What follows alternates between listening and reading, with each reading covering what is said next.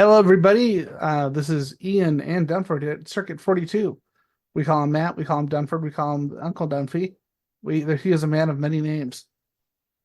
And we are here to talk about San Diego Comicon. That's right, the big convention in San Diego in the giant wizard building that holds only so many people. And yeah, Dunford. So you went there completely on your own, no kind of work or nothing crazy, right? Mainly it was a little bit of work, it's a little bit of playtime, but mainly just what I do, just like to talk to artists, negotiate with creators, and have a good time. And what I do is cultivating the community. So that's what I was all about. And it was just nonstop for me. It was just one thing after the other, one thing after the next. And I just couldn't go like 2 seconds without seeing someone I knew. And that's just what's bound to happen after you've been going to the show for 30 years. I was gonna say, like, I've talked to you sometimes when you're prepping before Comic Con or even during Comic Con, and you've had those moments where you just seem like you're stressed from all out. And this one, looking at, I knew you were because it's a lot of work, but you seemed like you were having a lot more fun than some of the times I've talked to you about surrounding San Diego Comic Con. Yeah, I think that has, definitely I was able to alleviate a lot of the stresses. I mean, even in the middle of it, I was like, trying to buy a new car, get things ready for guests, make sure that everything was set. And, I took things at a little slower pace this time around. And I just ha ended up having one of the most incredible convention experiences I've had 30 years of going to San Diego Comic-Con because I allowed myself to have more fun and to take time with people and just walk around and enjoy things. And I did have a little more time. I actually even made the time to sit down and enjoy some panels this time around. I was going to say you were actually part of a panel. I was actually part Um, of two of them.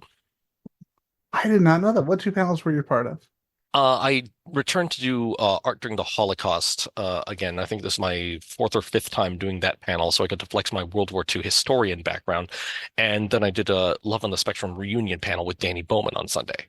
Yeah, because I know the show recently got the Emmy nomination. I'm assuming it's because of the best guest appearance from from Uncle Dunphy. Of course, it's because of me. It's like, so I just like here I am, like this show I didn't even really want to be on, and now I'm nominated for two Emmys because of it. It's like the man who doesn't have Netflix and he still got two Emmy nominations. Yep, yep. I had to borrow a friend's account just so I could take a picture of myself to make a counter meme on a friend the other last night. So it's like cool. It's like, where's this? Wait, oh, I can watch Pokemon Concierge again. I was like, no, I don't got time for that. All the Pokemons. Yeah. What are you talking about? You're not constantly working to the point where you basically have little to no free time, 5, 10 minutes at a time. Oh yeah, that's totally it. And it's totally not like I'm prepping for any, fundraiser events like San Diego Hop Fest tomorrow at Hopnonymous Brewing at August 17th from noon to 6. Come out and meet San Diego's finest comic creators and enjoy a brew with us to fund San Diego Comic Fest. That sounds like a fun drunk time. Oh yeah, it's gonna be great. So who are some of the people who are going to be there?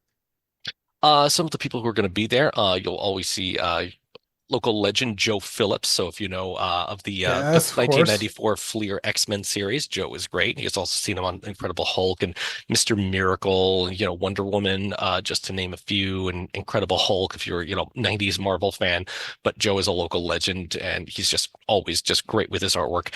If you're a Star Wars fan, Lee Cozy, who did a lot of the concept art for the newer Star Wars trilogy and a lot of the licensed Lucasfilm material, is going to be there as well. And it's just going to be, just a wonderful time. So we'll have some comic trivia, we'll have a cosplay contest, and we're filled absolutely to capacity with local creators and vendors that want to come through and just all in support of San Diego Comic Fest, which you can see October 25th to the 27th at the luxurious Westin Sheraton next to Legoland. So this is no small event. What's going on? Well, it's a small event, but we have our, other mainstay Comic Fest event. So it's just like, we're just like, it's a end of summer, just get together for all of us, and everything is just a fun time to be had. Well, the fact that they're filled to capacity, that says something right there. Yeah, and we have our own. They even brewed a special Comic Fest beer for us called Comic Fiesta. So it's an easygoing Mexican lager. It's good for an 83-degree day that's happening tomorrow. So for those who don't know, by the way, like the place that Denver is currently at, you were apparently a wizard at Upper Deck. I think that's your title. Senior Talent Relations Coordinator is my title. So basically, the wizard. Yeah, wizard. Yeah, There you it's go. all good. So, Is- oh, continue. oh, okay. So I didn't say anything. Oh, I thought I cut you off. I apologize. Okay, no, it's all good. Regarding Comic-Con, what are the big peaks? I know we talked about the panels. What stood out to you in particular this year?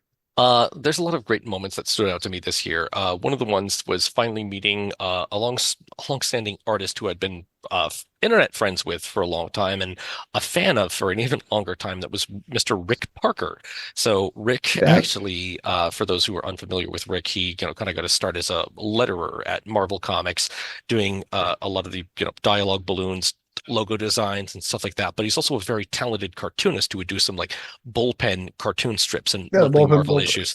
ways. Yeah, And one of those cartooning strengths that really came out with him and they allowed it to shine in 1994 was when he took the reins of the Beavis and Butthead comic that Marvel was doing. And like a lot of kids growing up in the early 90s, I was a huge Beavis and Butthead fan. And I was absolutely ecstatic to finally read to meet Rick in person. He said that I was the number one person he was looking forward to meet, and he was the number one person that I was looking forward to meeting as well.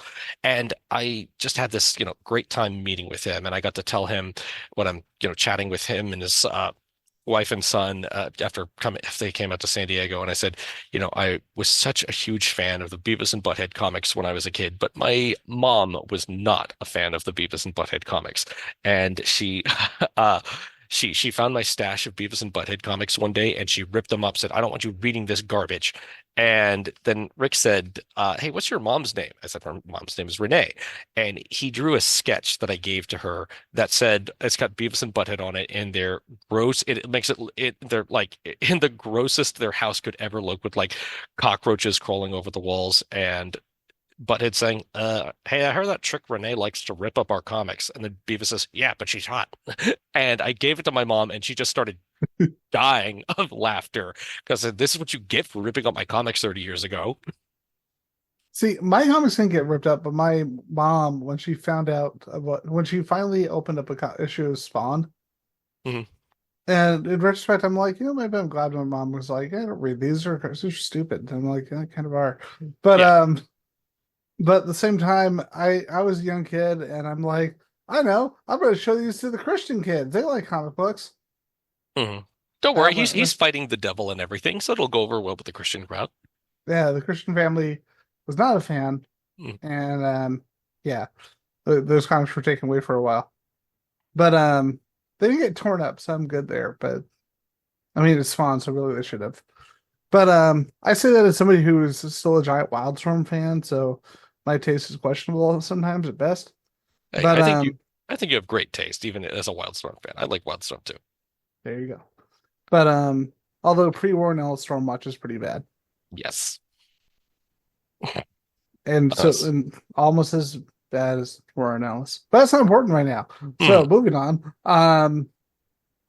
So regarding licensed comics, like a lot of people don't realize that 90s especially were a big peak for licensed comics because you had X-Files through Tops, which was really, really good.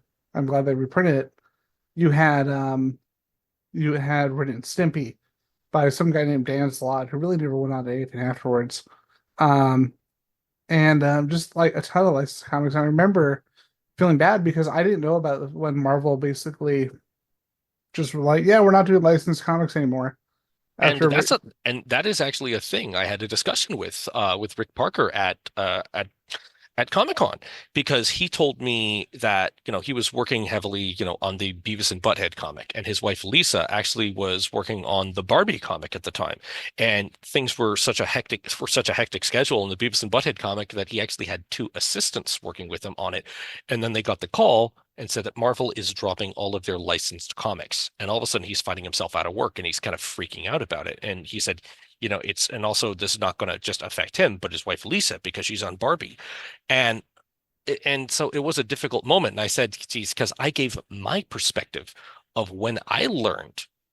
Here's the thing. I remember the day, the time, and the moment when it happened.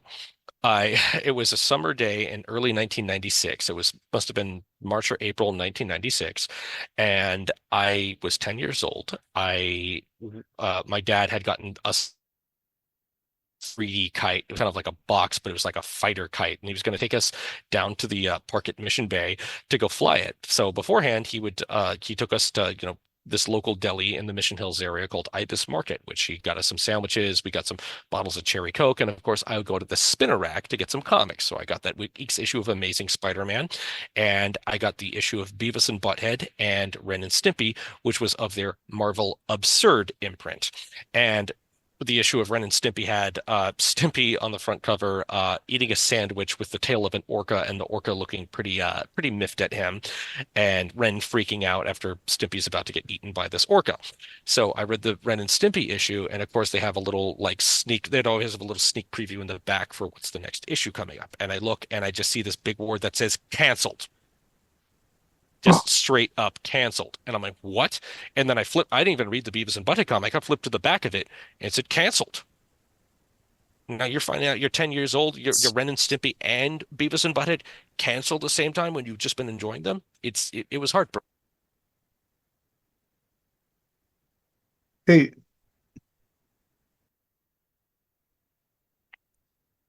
Can you hear me now?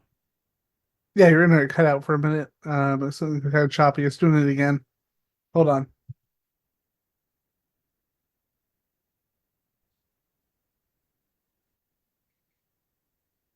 All right. Sorry about that. We're having a technical issue. Dunford, if you continue. Oh yeah, so that's kind of how I added my own insights as a 10-year-old fan to Rick, who was a working professional, and saying it's like that kind of hurt me is as a Beavis and Butthead fan to realize that the comic had been discontinued, but I still continue to love those classic issues despite my mom ripping them up, throwing them all over my floor. I remember was it the Star Comics back when I was a kid. And I remember having like just sporadic issues of like Count Dracula and Alf and what was it, Police Academy. And I had never watched the Police Academy movie. I had never watched the cartoon. I don't think it was on very long. I just remember having the one Police Academy comic book. And I missed that era because they did a Star collection a while back. Marvel did like a Epic collection. Yes. So they only showed the license to one character. And I'm like, okay, so this is a character I've never heard of. And I will do my epic collection of Alf. Yeah. And if they ever do it, I hope to God that they do the Bill Sienkiewicz cover of Alf. Oh hell yeah! It's a nightmare image. It's amazing. It's far out, as Alf would say. But it's like I know how you. Even though I was, you're a little older than me, so I wasn't reading epics as a kid. But I do have a similar thing where it's just like, my mom wouldn't let me watch these PG-13 movies, stuff. All of the PG-13 movies in the late 80s had cartoon adaptations. So like I watched the Beetlejuice cartoon, which was like my favorite, and I was like the Ghostbusters cartoon was phenomenal. I mean, that's like first cartoon writing from Michael Straczynski, who grew up to be a huge fan of as well. And so I would watch these cartoons, and then eventually, I would go to a friend's house for like a sleepover or something like that. And I'd be able to watch Beetlejuice or like the Ghostbusters, and like these aren't as good as the cartoon. And that's just the thing. It's just like I enjoy those cartoons more because I felt like they expanded on the universe more than just adding that single focus. Like I felt there was more depth to them.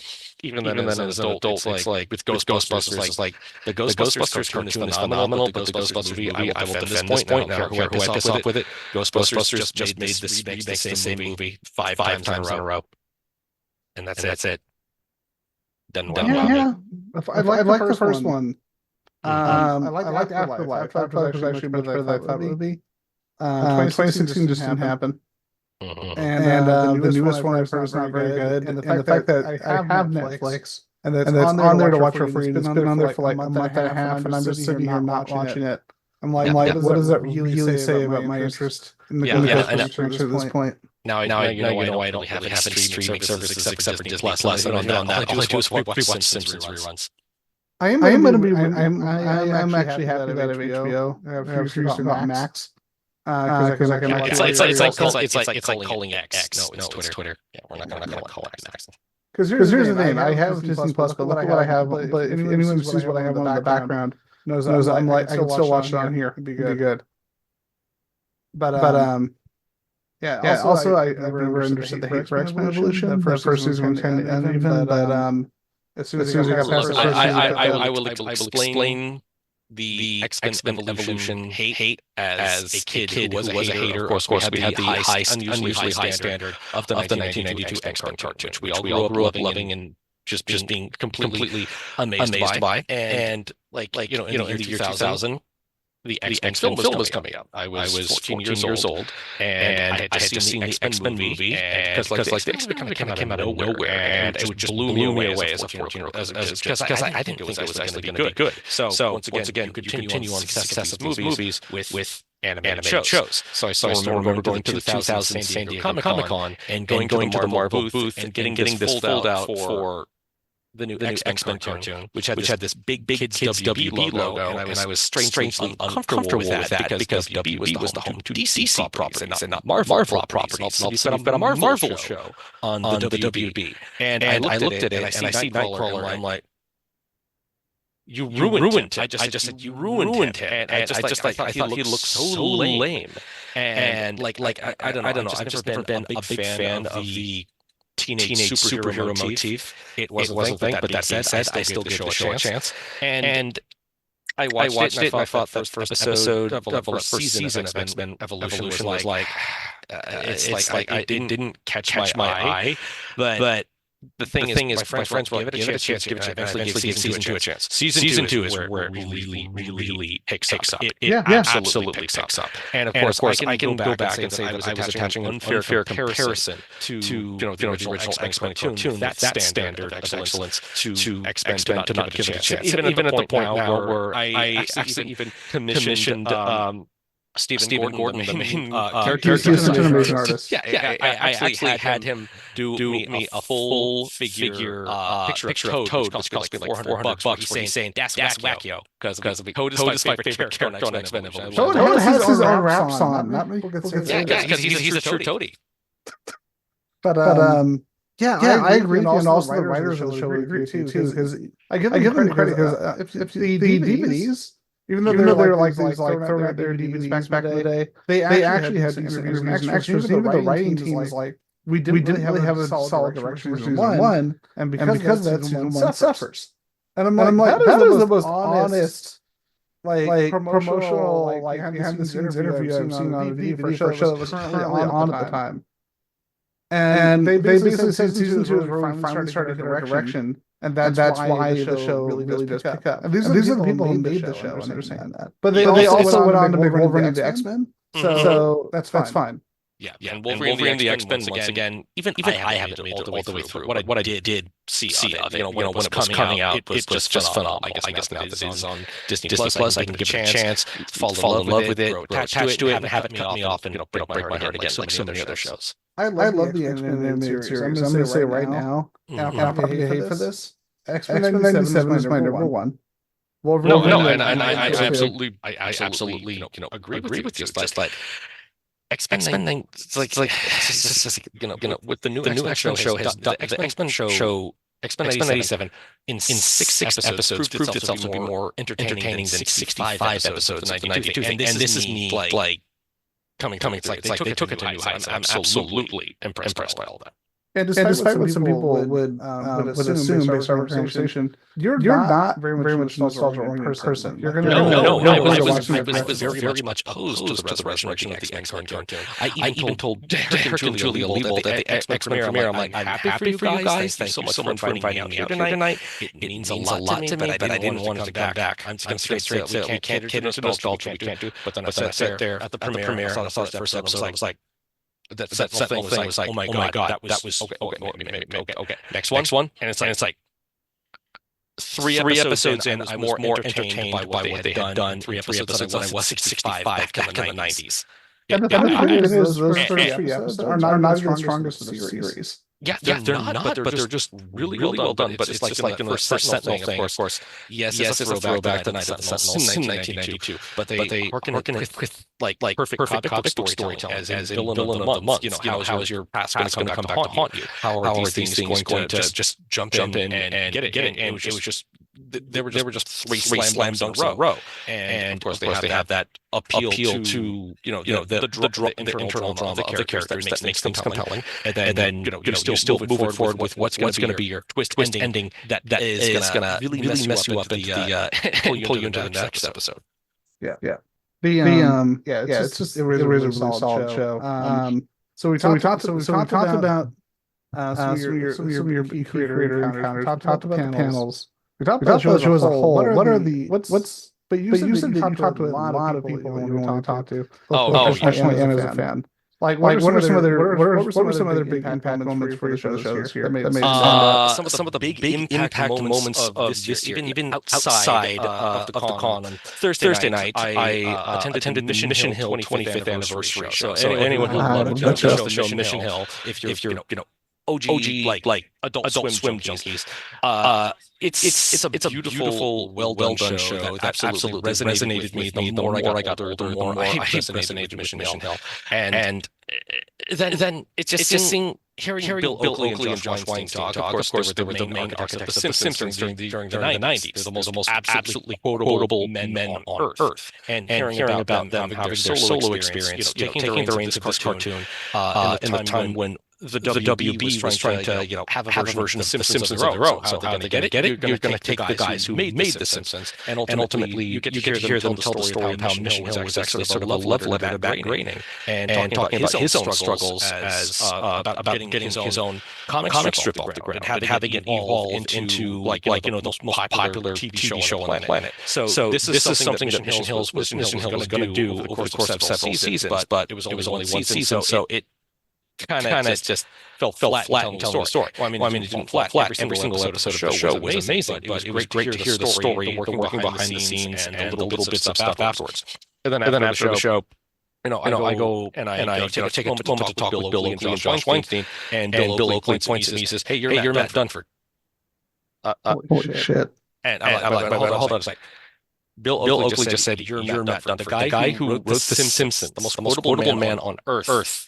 Knows who I am, and like that's kind of insane. That's a moment where you're like, did I do something wrong? Why do they know who I am? Like, in trouble? Oh, thank God. He said I've seen you on the Spectrum, so he's also seen some shit posting. He's like follows me on Instagram. It's like, yes, of course. Me learning how to use MS Paint and paired with Freaky ended up developing me this following among some Simpsons fans, but here I am now. So that was pretty cool too. So what is this Samsons that you speak about, Mr. Sampson? Hello, Mr. Thompson. Why did I say Samson? Thompson. It's the Christian thing. It's a Christian knockoff of Simpsons, headed by Adam Carolla. Yeah. Oh boy! I feel like we made fun of Jimmy Fallon enough on the show that we should Adam Carolla. I think Adam Carolla makes fun of himself, and truth be told, it's like I don't understand how Jimmy Kimmel stays on the air either. It's like, I mean, the two of them together on the Man Show, they're great, but then when they're separate ways or whatever, they're just like both the least entertaining to be. It's like let's watch Jimmy Kimmel. No one ever. Hey, come on! I don't know significantly we're talking to Jimmy Fallon, so I'm not Jimmy Fallon. That wasn't great either, but after I don't know. It seems like Conan O'Brien is the only late talk show host I can resonate with. That's because Conan O'Brien is a wizard, sir. It's basically come down to Conan O'Brien and John Oliver. Mm-hmm. Yeah. Oliver's fine, but like I don't have cable, so I can watch him if I'm at parents on Sunday nights. True. Hey, it's free barbecue. Barbecue. Yes. Other stuff that was really great highlight of Comicon for me is I got a VIP table at the Eisner Awards thanks to Ralph Matthew of Ultimate Reality Comics, and I went out on a limb to ask out like a girl who I never thought would go as my plus one. I actually brought Angel Dawn as my plus one to the Eisner Awards, and I was like, cool, this is amazing. So she has this wonderful night. There's so many wonderful creators there. They're just like just presenters for the night. They had Tom Lennon of Reno 911, and Phil Lamar was there, and well as Patton Oswalt showed up to present at the Eisner Awards. It's always great to see the best of the best in comics all celebrated each night. And not everything that I wanted to see win won, but I'm very happy for for a lot of the books that did win that night, especially like Daniel Warren Johnson on Transformers. I'm not a Transformers guy. I don't do Transformers. I never bought a Transformers toy in my life. I never watched an episode of the cartoon or read any of the comics. My first experience with Transformers was because of Daniel Warren Johnson coming on the book, because I love that dude so much. Oh, he's an amazing writer.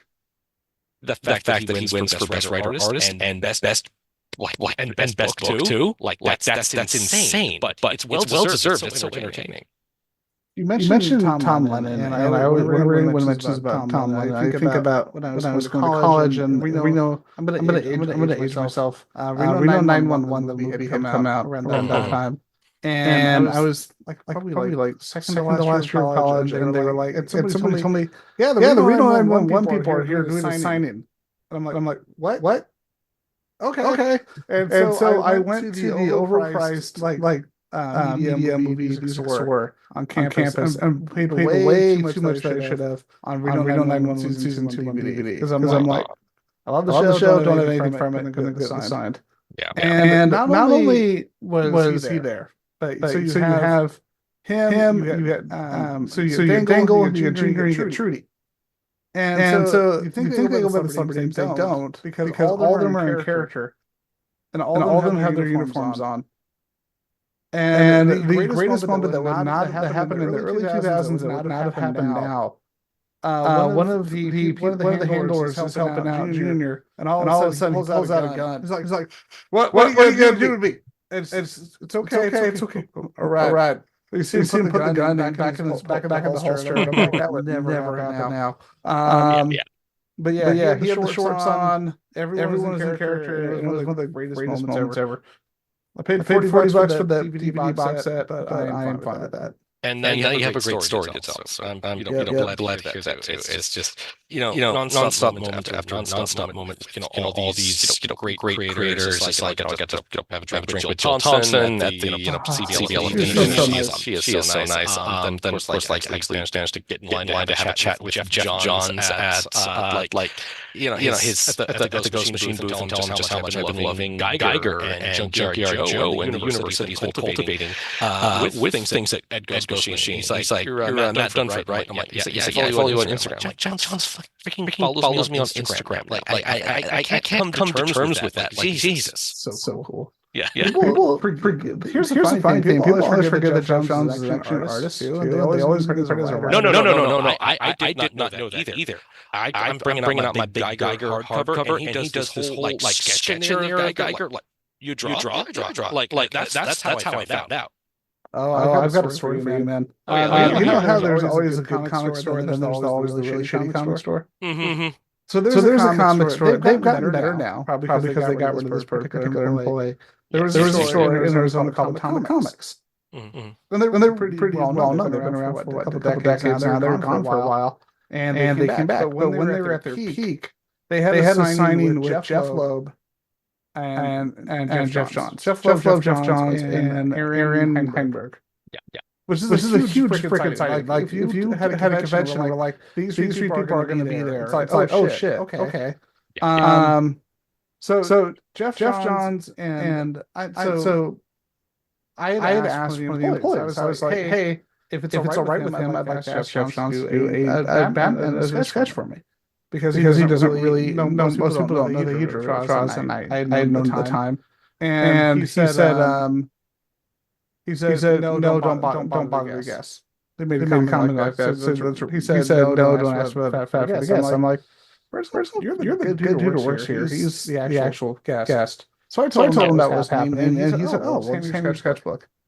And so I get the sketchbook, he put it on the table. And I didn't know what to ask for, because I know his writing and his artwork, and I said, draw Batman? I don't know. This is back when there's still artists still do free sketches like that on the regular.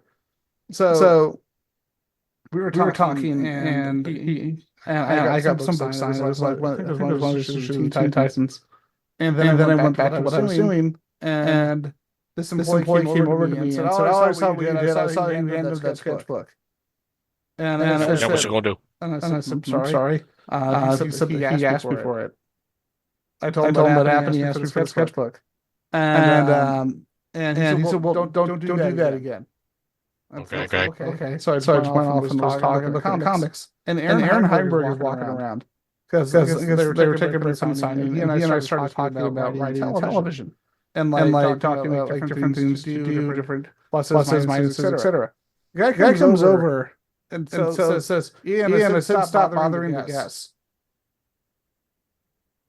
Aaron Heinberg looks at him and says, "I don't know if you realize that he and I were having a conversation. You weren't actually in the conversation, but he and I were actually talking. He's not bothering anybody. And the fact that he is bothering me, I would let you know so you can come get him. Or let him, just let you know. But you were bothering us, actually. So why don't you go away? And right, you get out of here, go back to the counter. And if I feel like he's bothering me, or anyone is, I'll let you know." Yeah. And that employee never talked to me again. Anytime I was going to that store. We'll good on you. Like in a half, discuss Alan Heinberg, such a phenomenal writer. Yeah, and like because for me, my introduction to Alan Heinberg was I saw him like at the 2005 San Diego Comicon. They're announcing the next big thing in Marvel Comics that's coming up, and it's like we got this new book from Alan Heinberg called Young Avengers. You might know Alan Heinberg from the OC, and it's like crickets in the room. Or like the OC. Which is so funny because he would do that show. Do just the amount of the insane amount of comic references. And it did feel like something like what was it? That terrible show that people love, Big Bang Theory. It doesn't feel like the Big Bang Theory. It actually was naturally put in the story. It was because of him. But you're talking to a bunch of comic book nerds. They're trying to throw in another teen drama. It was Fox's answer to the WB for that stuff. I mean, but then I was like, I don't want to watch. I don't want to read the comics done by the guy from OC. But eventually, I had like Young Avengers, the Rust Upon Me, and I read all 12 of those issues and the annual. And I will just say it that Young Avengers is the greatest Avenger story of all time. It is so well done. It is so respectful of the history, while carrying its own new characters into the scene and giving them their own drama and their own like ways to deal with it. It's the best Avenger story of all time. Children's Crusade is it had a tough act to follow with everything that had gone on before it, but it still absolutely owned it. And just like the pairing of Alan Heinberg and Jim Chung on the artwork. It's everything they do is there. It's like I have bought the book in the single issues. I have bought it in the first two hardcovers, and I bought it in the omnibus edition. So it's like I will be repeat offender with it because I love it so much. And you look at the funny thing is like we look at some of the like phase 4 or phase 5 MCU. And you look back so much from Young Avengers. It's rightfully so. The entire cast of characters, which is kind of amazing when you think about it. Yeah, because eventually, I know they want to build into that, but it's as they should because it's remarkably interesting stuff. Because eventually you gravitate away from like your mainstay Avengers should give those ones a chance. But like I still don't think it'd be for a while because you still have to you still have to just let Falcon, get his claws into the reins of Captain America. He's still fresh in the role. He has to get his movies out there. But it's all this stuff that did come out in this golden age of Marvel comics, which I thought was happening from from 2000 to like kind of like 2008. That's where things start to drift. But it's just like I just could not get enough of the Marvel Renaissance that Joe Quesada had ushered in the early 2000s with Straczynski, Mark Millar, with Warren Ellis, with Alan Heinberg. It's like with Ed Brubaker, like Brubaker's coming in like 2005, but it's just so much of that talent was just I was insatiable for all of it. Yeah. I mean, heck, yes, the other day, I was actually got to be on Near My Condition on the YouTube channel, and we were doing the Evergreen. Basically, we were doing the Evergreen Deadpool panel. And I had watched an interview recently with Joe Quesada, like almost immediately after. And I'm reading the comments, and every other comment, and I know you can definitely relate to this. Every other comment is he ruined Spider-Man. He ruined Spider-Man. I'm like, let's talk about the other things that he did. Let's talk about the fact that without him, the trading graphic novel department for Marvel was a crapshoot. Let's talk about the fact that they were bankrupt. Let's talk about the fact that the X-Men titles just sucked on toast. And everything that was done, and it's like the Spider-Man One More Day, it sucks. It sucks that it happened, but you have to be an adult and look at the overall perspective. Look. It has been 17 years, and I still have opinions on Amazing Spider-Man issue 545. Strong, very strong opinions on that book, which I cannot say publicly because I work on Marvel licensed products and stuff like that. I think all of you know my opinions on it. However, I cannot deny the contributions that Joe Quesada did to reinvigorate Marvel Comics in the late 90s and early 2000s, because without what Joe and Jimmy Palmiotti were doing at Marvel Nights in 1998, Marvel wouldn't have the renaissance that it was. And the truth of the matter is putting Quesada in an editorial position instead of just some suit. He earned the trust of all the creators, because all of a sudden it's like the guys at Marvel were like, he's one of us. Like we can trust him. He's actually going to help to see things. And he had to really fight to get Marvel out of bankruptcy. And like you said, with the trade department, it's like there's been this long-standing belief that trade paperbacks that Marvel would cannibalize sales from single issues. But it's like you need to have different modes of reading for different audiences. And so that's what came out there. I think one of the cooler stories is like when Quesada was going around talking to some of the hottest talent working in comics at the time, or the hottest covers at that time, when Bendis was working on Jinx and all those image books at the time, when he called up Bendis and he says, hit this Joe Quesada, I want you to do stuff for Marvel. He's like, you like my artwork? And he just says, your artwork is garbage. I want you to be a writer. Good call though. Yeah. And I'm a fan of Joe Quesada. The only work I genuinely disliked by him was Daredevil Father. But at the same time, I can appreciate the sentiment, especially with what happened with his father's passing. Yeah, I don't think it was not my favorite, but I appreciate the sentiment behind it. I won't call it Quesada's finest art, but I still enjoy it. It's very stylized. It doesn't hit me like Born Again or Azrael or. The one good thing I will say about Amazing Spider-Man Amazing Spider-Man One More Day is it has great artwork. Yeah, that's what I will say about that. But that's the one thing I'll say there, and the positive part. But it's just he is a phenomenal artist. It's nice to see him strike it out on his own. He's doing his own film company, but his main strength is as an artist. Some of those Batman covers that he's putting out there are absolutely fire. Yeah. I'm gonna go on a brief aside. Which we clearly never do at Circuit 42. And I want to get your take on this. We were talking about Young Avengers earlier, and we were talking about how much is pulled from Young Avengers in terms of the new characters in the MCU. And we look at Miss Marvel, and you look at how she's blown up. On all types of media, except the more racist types. But we don't talk about that here. So my question is this. Actually, this question more of a statement.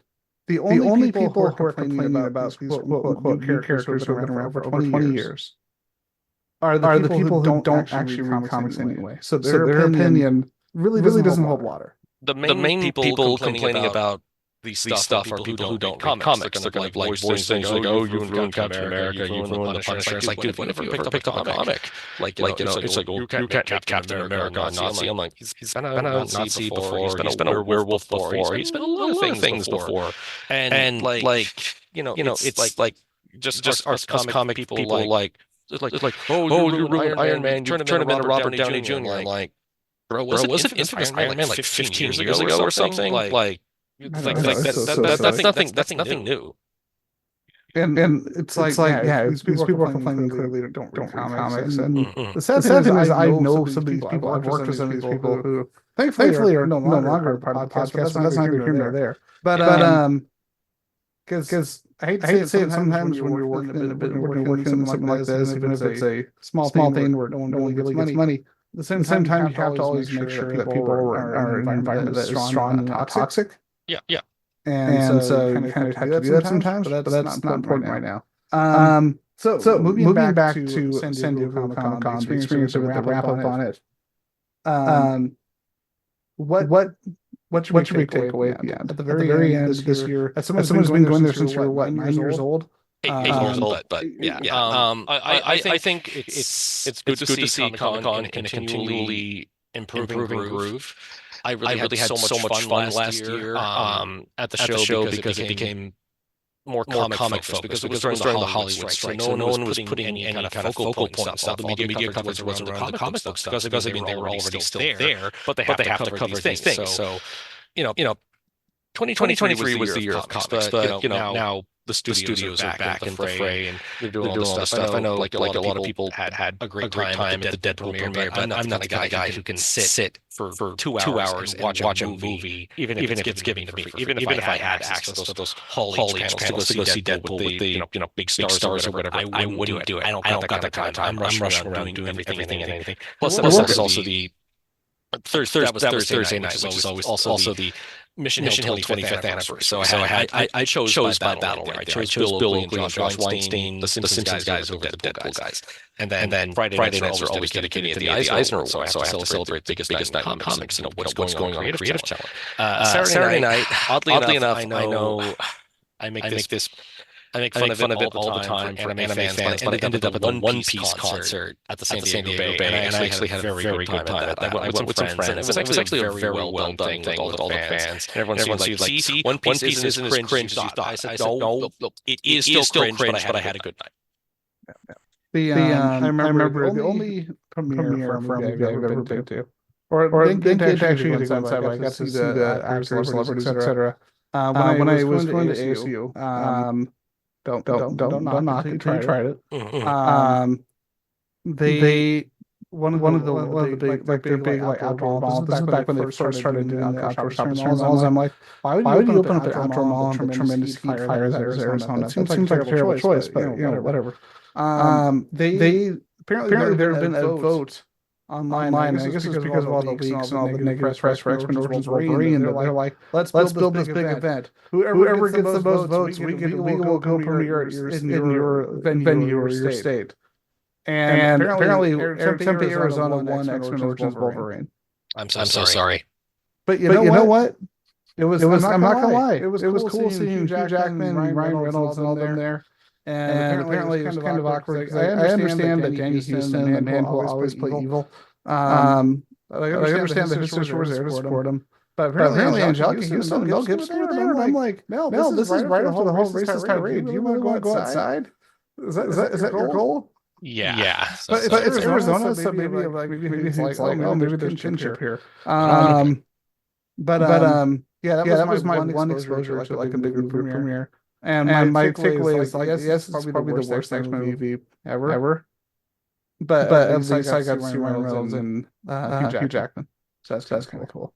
Yeah. And it's just it's just good just to be able just have those moments with creators that you may not see, even if it may not be the best, but it becomes an experience. I mean, I've had experiences where we're celebrating something that doesn't turn out to be all that great anyway.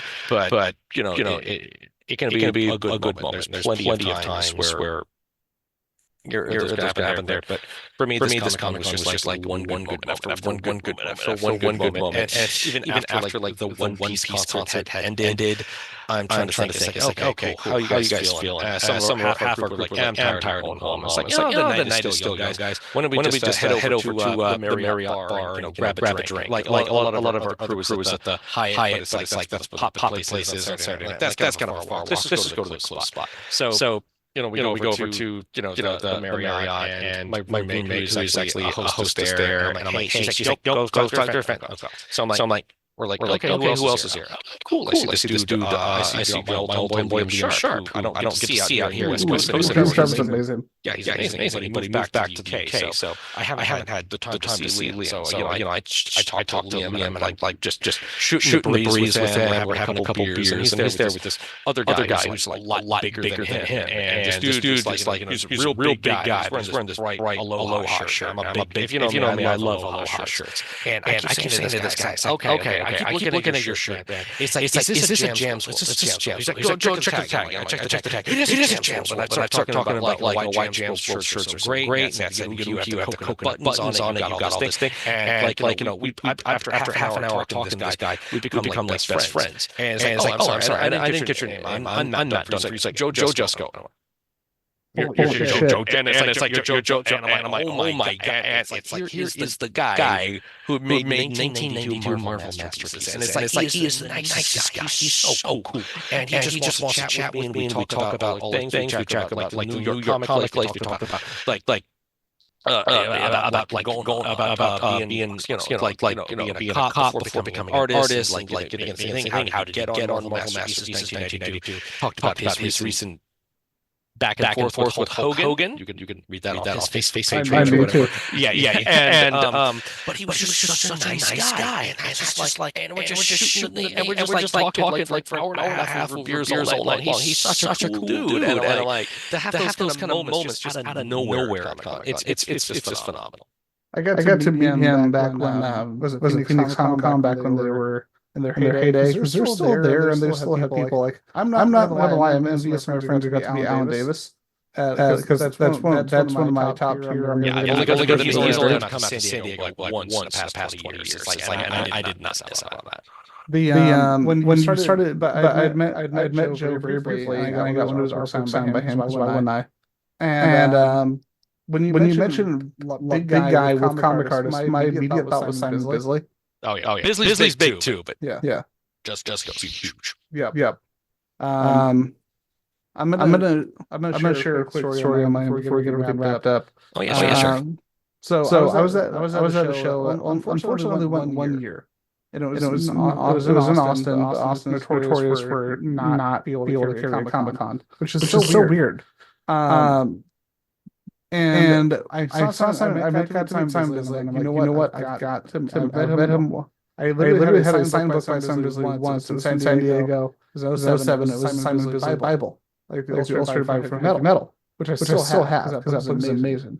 And when I got to meet him in Austin, the woman I was dating at the time, she was very short. She had curly hair.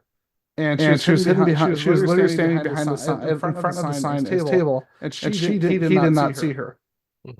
And she came out from behind the sign, and his immediate thing, he says, "Oh my God, sure, hold it."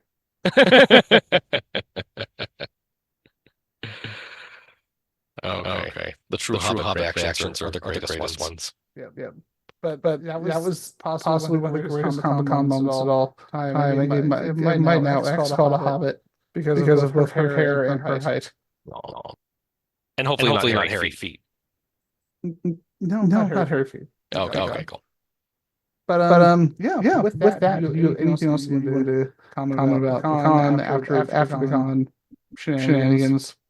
We'll do this. Like I have like so many great moments that were going on the con. Even like people like running into. I must have run Brian Posehn like five times at like different points. It's like it was at the Mission Hill 25th anniversary, ran into the show floor, ran into like the Eisner after party, just like and I never get tired because he's one of my favorite comedians. He's so nice too. And I did have another moment where I am just so happy to share my own fandom and give back to people that have cultivated me and inspired me over the years. So I had this great moment with John Semper. For the people listening out there, John is the creator of the 1994 Spider-Man animated series cartoon that Fox Kids back in the day, which is my all-time favorite cartoon. So I had this idea after I was on Love and Respect from there were some fans out there. There was one who actually made a custom action figure of me. I thought this is really good. And I said, could you do another one? And I actually helped this artist at Super Terrible Toys to make a custom action figure of John Semper. And he actually made this like great Absolute perfect actor. I said, you want the Toy Biz logo right there. You want the purple Spider-Man backline there. You want to use the Todd Klein Spider-Man font there. And it's like, no, you're using the small Spider-Man font. You got to use the Spider-Man, put it right here over the J where the S would be. It's the first two letters. And I'm such a stickler for it. And I put on I put a little of it's John in disguise as Spider-Man, and the head that they actually used for John is apparently the wrestler Randy Orr, but they painted it so like the hair looks like John. So it looks just like John. And I have like I had Super Terrible Toys put on some like custom stickers with like bonus mail in Madam Web figure. And at the bottom says mail in because we can't sell toys of some old broad, which was Javier Rod. Yeah, of course, Javier Rod saying you female action figures don't sell because and especially he didn't want to include Madam Web in the Spider-Man show because he said I can't sell action figures of some broad, but yet he greenlights the Madam Web film. Yeah. Well, he probably found out about it because it was on John Sepper's desk. Yeah, probably. Because he clearly reads all the Spider-Man comics. Yeah, clearly. So I had the pleasure of giving John this action figure. He's like, Matt, this is the best Spider-Man toy ever made, even better than Web Trap Madam Web. And I'm like, even better than that broad. And I even had the text on the side not appearing on the Spider-Man animated series. So he doesn't have to feel inspired to shoehorn this into the show as well, like he did in Spider-Verse. So that was a great moment. But when I was giving John his action figure, he was just all smiles. He was just so happy to have it. I introduced him to this other guy who he'd come up from Russia, actually. His name is Dmitry, and he just randomly posted on the Spider-Man animated series forum saying, I'm going to Comicon for the first time. Does anyone know of a way to meet John Semper of the Spider-Man cartoon? And here me reaching out to a complete stranger and said, hi, I know we've never met before, but I'll see to it that you meet John. And I brought Dmitry over to meet John. And Dmitry just comes and says, oh my God, John, it's an honor to do my favorite cartoon growing up. And he shows out all these posters of the Spider-Man animated series he kept when he was a kid. They're all in Russian. And I've never seen these before. Great. He even shows out his custom artwork that he had done, like these dead ringer drawings of Peter Parker and Felicia Hardy from the clearly inspired by the show that he was doing when he was like 8 or 9 years old. And he actually had John sign them. And that was just so touching and so heartwarming. John is like, it's great to know that not only that I have fans here in the United States, fans all over the world being moved by what I was doing with Spider-Man. And it's just like, he said, you're definitely the farthest away I've met a fan. It's like, Matt Dunford, you always make stuff like this happen. It's what I have to do. I honestly, there's that moment I've noticed whenever I've met a creator, especially I've not the ones who work in animation the most, which is funny because I think a lot of them are like, oh, kids watch the show. But they're going to remember the show. They're not necessarily going to remember me. But then you have that moment, like talking to John, talking to Eric and Julia, Larry Houston, where they get that impact every single time they meet a fan. Yeah. And kids remember the show. Adults remember the creators. Yeah. But with that, I want to throw out one because you mentioned Brian Posehn, and oddly enough, I had a Brian Posehn moment recently. Because I had met Brian Posehn probably about 10 years back. I was in Austin Books and Comics, the comic store I told you about in Texas, where you ever make it out here again, I'm taking you to that comic store because it's freaking amazing. I basically made like a shopping list because I'm like, with the amount of comics that you and I both have between us, shopping lists are a really good idea for back issues.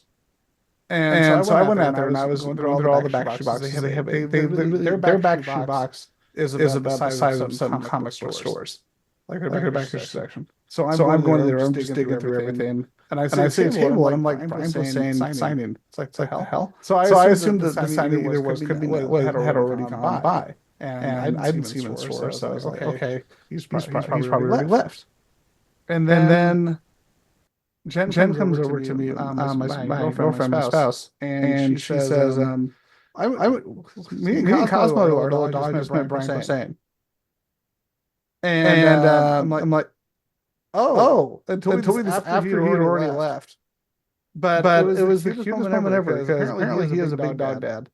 And so Cosmo initially came over to him And I guess when he bent over because Cosmo gets kind of freaked out by hats. Yep. And Brian Posehn was wearing a hat.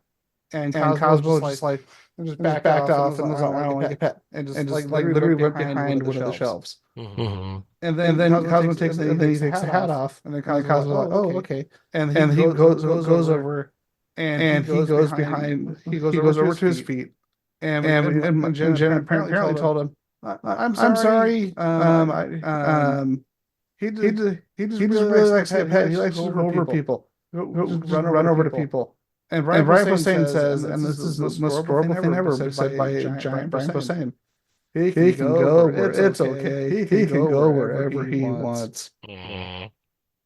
And I'm like, this is the happiest damn thing ever. And apparently my dog has better celebrity game than I do. Oh, that is so really cute. So yeah, I mean, I like to have those really cute moments too, and I also like to give back because I also want to give a shout out to my roommate Melanie, who had to put up with so much. I mean, she definitely was the hardest working gal during Comic-Con because not only was she volunteering for the show, having to be there at the Seal Pavilion autograph line at 6 a.m. and working till 2 p.m. and then doing her shift at the Convention Center Marriott right next door, working the bar from 3 p.m. till midnight. All 5 days, which was ridiculous. And I don't know how she kept up with that kind of pace. How did she sleep at all? Probably not. And I really wanted to do something nice for her. And so like at the last day of the show, I said, I know she's going to be exhausted. She's going to be completely destroyed. But I know one thing that when she can do. So my friend, my roommate, she is the queen of the claw machine. Every time we go to arcades together, she's like, get this play. She will get so many plushies to the point where staff always accuse her of cheating, but she just knows how to do it. And her favorite thing in the entire world is she loves the Chibi Usagi series done by Stan Sakai and his wife Julie. And I actually went up to Julie and said, hey, could you do a special piece for her? I was wondering, would you be doing? So I actually had her do this, and you can see it right there on screen. I remember I saw it on your Facebook. It was the cutest thing ever. I showed it to Jen because she loves Chibi Usagi too. Yeah, that's a Chibi Usagi being picked out of a claw machine, and that was just like after I gave that to her on the Monday morning when she came home so tired and I knew you worked your butt off. I was like, I gave it to her. She started crying. It's like, this is the cutest thing I've ever seen in my entire life. So I try to be nice to everyone, even the people who have to put up with me the most. So it was great to see have time with my best friend Dax, and my friend Chris Thompson come to stay out with me in the UK. I'm always happy to give him a place, and just one thing after the other. There's like so many good moments to name, and they're just. It was exhausting. I'm still exhausted from it, but I'm still having a blast. So once again, it's just a great moment for friends, for creators, for professionals, and to meet all of these people. And I could talk for hours on it. And once again, I didn't do everything I wanted to do. I probably said I did 70 to 80%, but there's just not enough time and energy and ability to spread myself as thin as I want to do it. But that was Comic-Con for you. So with that, as we get everything wrapped up, what are just to reiterate, what are some of the projects that you're working on that you can talk about, you want to promote? Let's go. Well, I'm here at Upper Deck these days where we've inherited the DC Comics trading card line. You might notice we have DC Annual coming out, so expect that coming out soon. And some more DC Comics projects along the way. For those who did swing by at San Diego Comicon, we did the X-Men 97 exclusive for the set, and that was gone by like Thursday. So thank you everyone who came by to shop. Even I did get a pack of that. So it's just great to hear that the X-Men fandom is so reinvigorated, so strong, and feels so good about all of this stuff. And of course, I'm bringing back San Diego Comic Fest, so that's going to be happening October 25th through the 27th. Oh, I'm getting my dates right. Yes, October 25th through the 27th at the West Carlsbad next to Legoland. This year we're going to be celebrating 100 years of Rod Serling, writer of Twilight Zone, and 100 years of Harvey Kurtzman of Mad Magazine, Fanny, Playboy. So we had this difficult decision: do we celebrate an icon of cartooning or science fiction? So it's like we compromise, celebrate them both. Yeah, because that's a big deal. Like Mhm. both of those are. Yeah. I remember first time I saw Twilight Zone as a kid. I wanted to see it when one would see it. I had a comic. I had the 3D comic book ever from Now Comics from back in the day.